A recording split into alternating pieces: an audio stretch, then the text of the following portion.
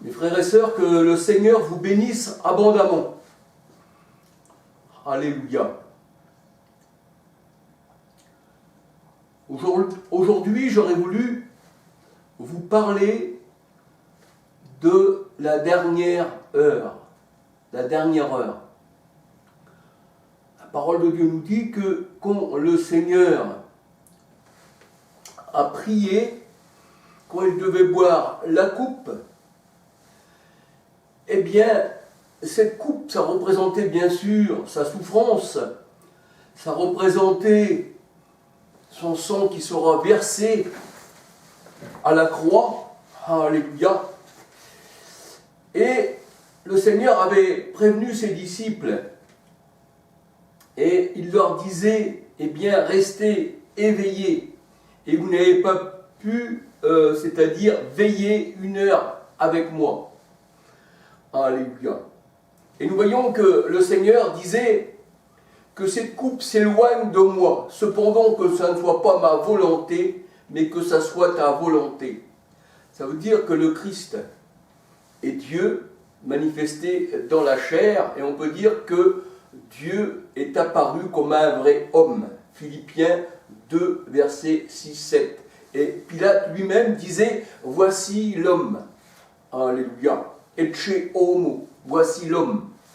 Et là, nous voyons que le Seigneur, eh bien, il savait que son heure était venue. Il savait que son heure était venue. Alléluia. De passer, la parole de Dieu nous dit, au Père. Alléluia.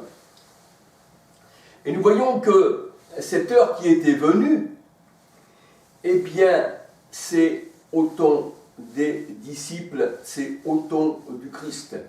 C'est ce qu'on appelle la dernière heure. La dernière heure. Et la dernière heure, dans la parole de Dieu, eh bien, c'était le temps de l'Antichrist. C'était de l'Antichrist. Oh, alléluia. C'est ce qu'on va voir dans la parole du Seigneur. C'est la dernière heure, c'était le temps de l'Antichrist. C'était le temps des apôtres, c'était le temps du Christ. L'Antichrist n'était pas à venir, mais l'Antichrist, il n'était pas à venir, c'est-à-dire parce que les gens d'aujourd'hui pensent que l'Antichrist va venir, mais il est venu au temps du Christ. On va se laisser guider par la parole de Dieu, mais pas par la parole de Charles. Alléluia. C'est les Saintes Écritures qui peuvent nous faire comprendre, eh bien, les Écritures en fait. Les Écritures s'expliquent par eux-mêmes. Alléluia.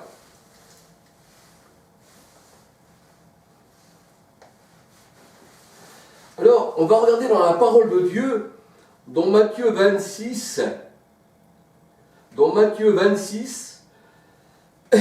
45 à 56.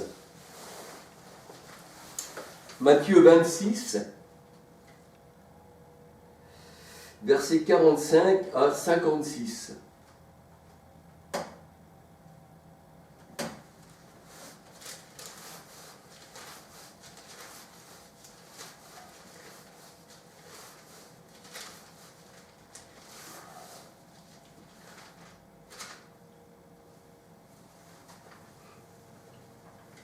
On avait dit Matthieu 26, 45 à 56.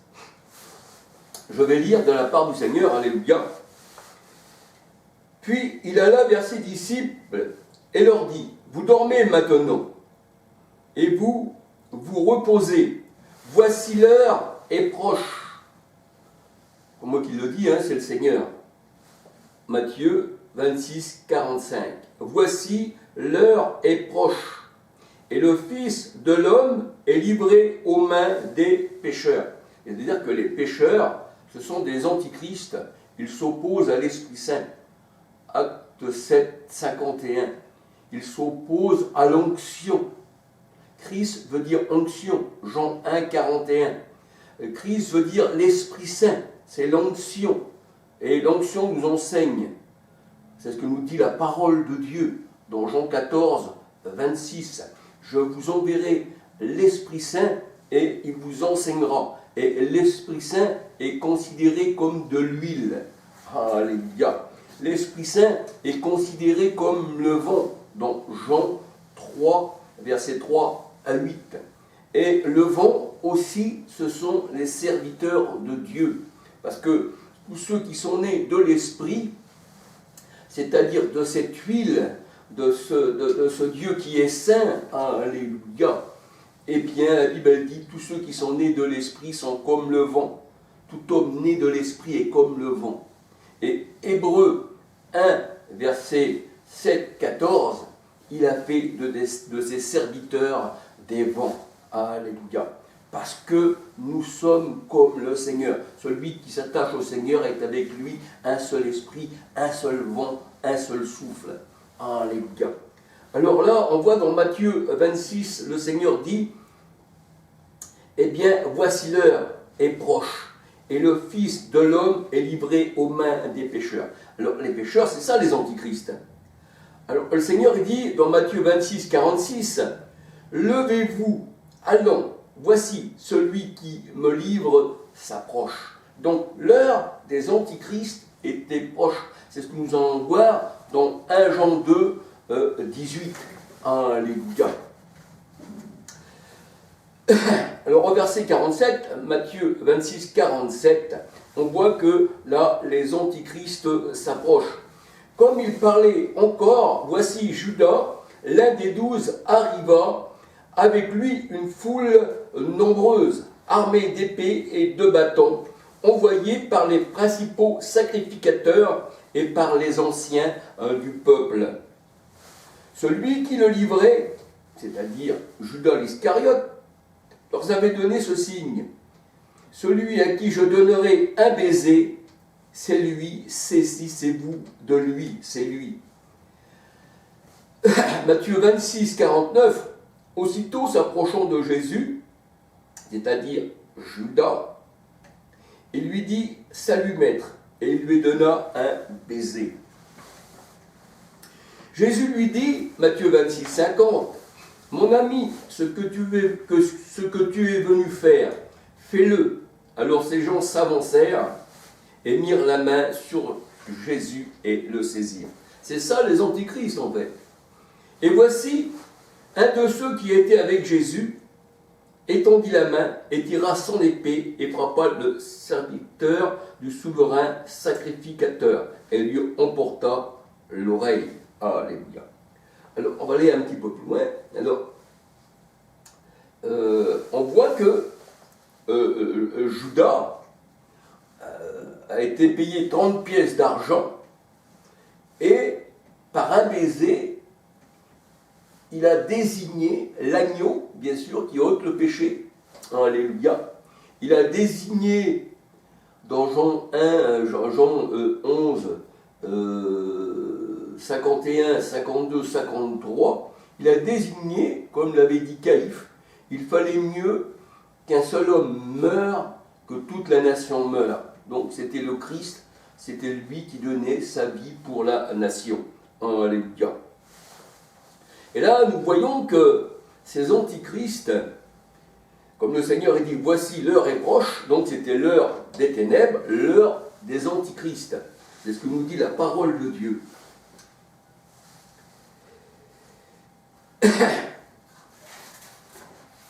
Alors, au verset 55, Matthieu 26, 55, à ce moment, Jésus dit à la foule, vous êtes venus comme après des brigands.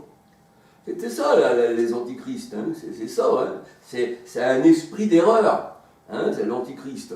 1 Jean 4, verset 1 à 6. Il y a l'esprit de la vérité et l'esprit de l'erreur. L'esprit de l'erreur, c'est tous ceux qui sont dans l'erreur. Voyez-vous, alors on désigne des fois l'antéchrist par une seule personne. Oui, il peut y avoir aussi, comme on va dire, César, comme on va dire Hérode, c'était une personne, c'était aussi un antichrist. Mais l'antichrist, pour la parole de Dieu, c'est l'esprit de l'erreur. 1 Jean 4, versets 1 à 6. Alléluia. Donc, à ce moment, Jésus dit, Matthieu 26, 55, à la foule, vous êtes venus comme auprès d'un brigand. avec des épées et des bâtons pour vous emparer de moi. J'étais tous les jours assis parmi vous, enseignant dans le temple, et vous ne m'avez pas saisi. Mais tout cela est arrivé afin que les écrits des prophètes soient accomplis. Alors tous les disciples l'abandonnèrent et prirent la fuite. C'est pour ça que le Seigneur a dit, voici l'heure arrivera où vous serez dispersés, vous prendrez la fuite. Voici l'heure arrivera où vous serez dispersés et vous prendrez la fuite. Alléluia. Alors, on voit qu'il a été emmené, le Seigneur, et bien après à Caïphe, tous ces antichrists, alléluia.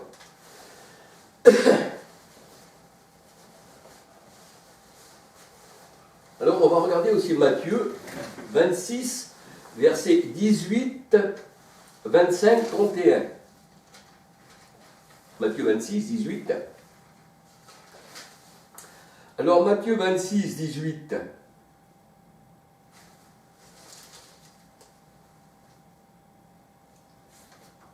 Matthieu 26, 18.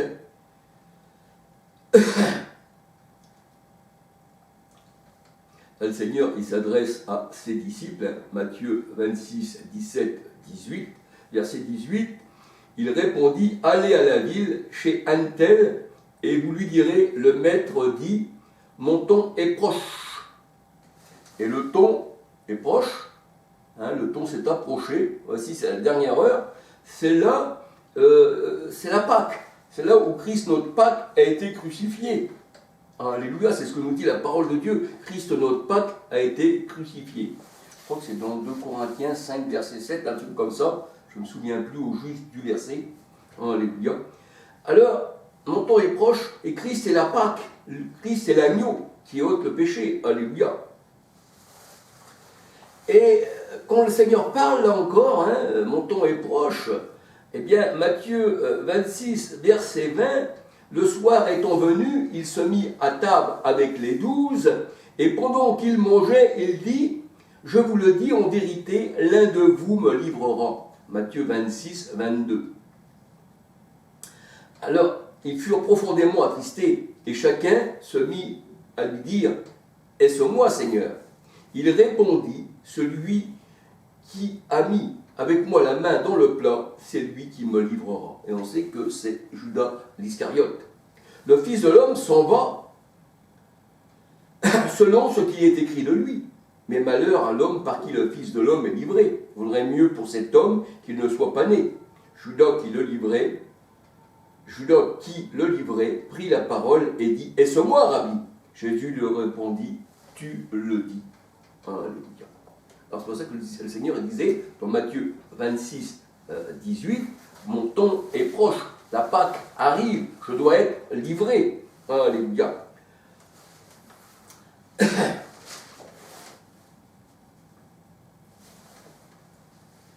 Alors, c'est pour ça que le Seigneur, si on lit un peu plus loin, je ne lis pas tout, mais je vais revenir au verset 31, vient nous montrer que, alors Jésus leur dit, Matthieu 26, 31, oui, Matthieu 26, 31, alors Jésus leur dit, je serai pour vous tous cette nuit, une occasion de chute, car il est écrit, je frapperai le berger, et les brebis du troupeau seront dispersées.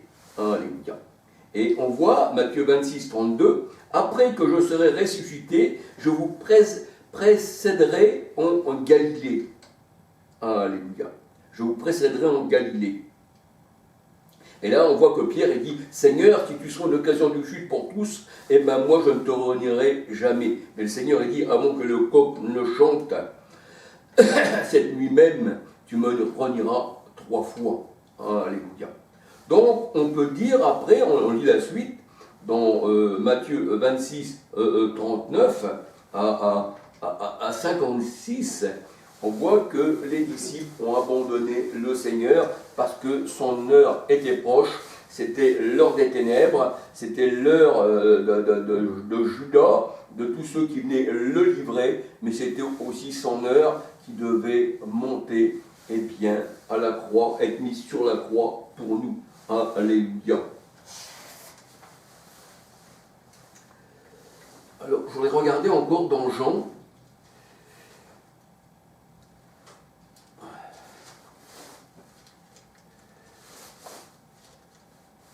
Voilà. Jean 12.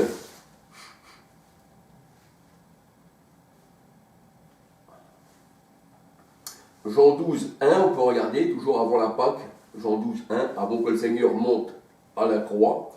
Jean 12, 1. On va passer tout de suite au verset 23, 24. Jésus leur répondit, Jésus leur répondit, l'heure est venue où le Fils de l'homme doit être glorifié.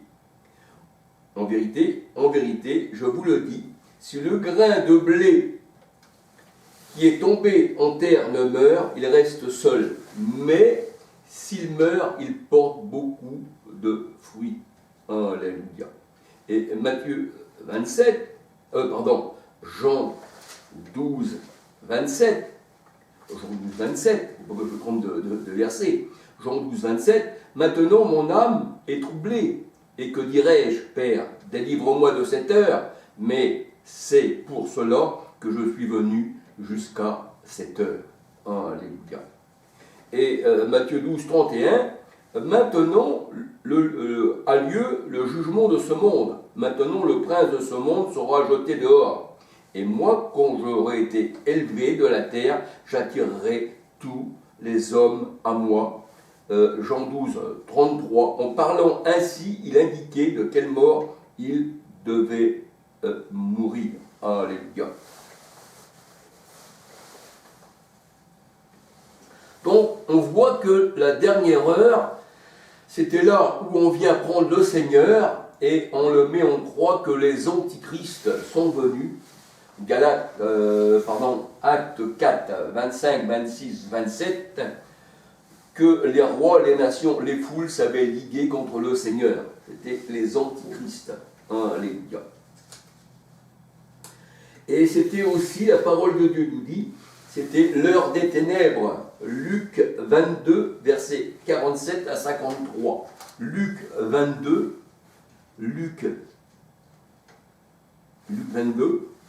47.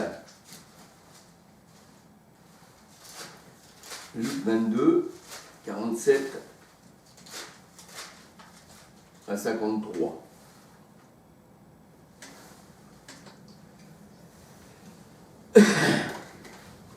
Là, c'est encore, après, c'est encore, eh bien, quand le Seigneur est livré par Judas. Comme il parlait encore, voici une foule arriva, et celui qui s'appelait Judas, l'un des 12, marchait devant elle. C'est-à-dire, c'était le guide de ceux qui allaient s'emparer du Christ. Il s'approcha de Jésus et lui donna un baiser. Et Judas lui dit, et Jésus dit à Judas, c'est par un baiser que tu livres le Fils de l'homme. Luc 22, 48. Verset 49, ceux qui étaient avec Jésus, voyant ce qui était arrivé, dirent, Seigneur, frapperons-nous de l'épée? Et l'un d'eux frappa le serviteur du souverain sacrificateur. Nous savons que c'est Pierre. Verset 51, mais Jésus prenant la parole dit, laissez, arrêtez, et ayant touché l'oreille de cet homme, il le guérit. Jésus dit ensuite aux principaux sacrificateurs, aux chefs des gardes du temple et aux anciens qui étaient venus contre lui, donc contre le Christ, les antichrists, vous êtes venus comme après un brigand avec des épées et des bâtons. J'étais tous les jours avec vous dans le temple et vous n'avez pas mis la main sur moi, mais Luc 22, 53, mais c'est ici votre heure et la puissance des ténèbres. C'est ici votre heure et la puissance des ténèbres. Donc l'heure, c'était l'heure du Christ où il devait monter à la croix, mais ceux qui étaient contre le Christ, c'était l'heure des ténèbres pour eux. Pourquoi celui qui lutte contre le Seigneur ne peut pas avoir la lumière? Et là, on voit vraiment qu'il voulait se débarrasser de lui. Alléluia.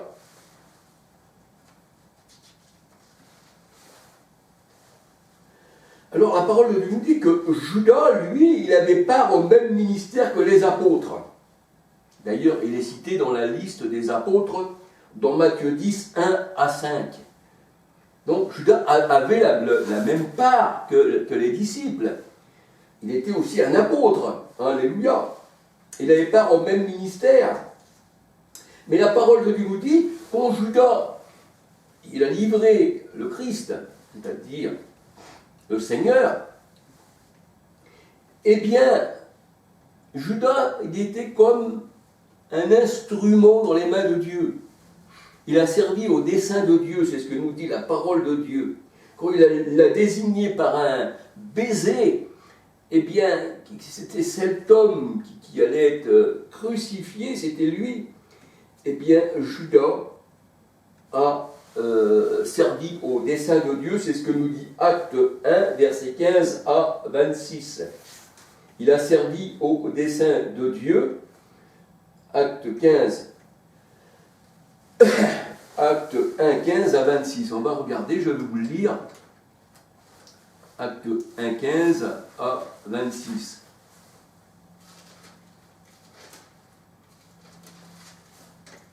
Acte 1, 15. En ces jours-là, Pierre se leva au milieu des frères. Le nombre des personnes réunies était environ 120, et il dit, « Hommes frères, il fallait que s'accomplisse ce que le Saint-Esprit dans l'Écriture a annoncé d'avance par la bouche de David au sujet de Judas, qu'il a été le guide de ceux qui ont saisi Jésus. » Donc les antichrists. Il était compté parmi nous, il avait part au même ministère. Cet homme ayant acquis un champ avec le salaire du crime est tombé et s'est rompu par le milieu du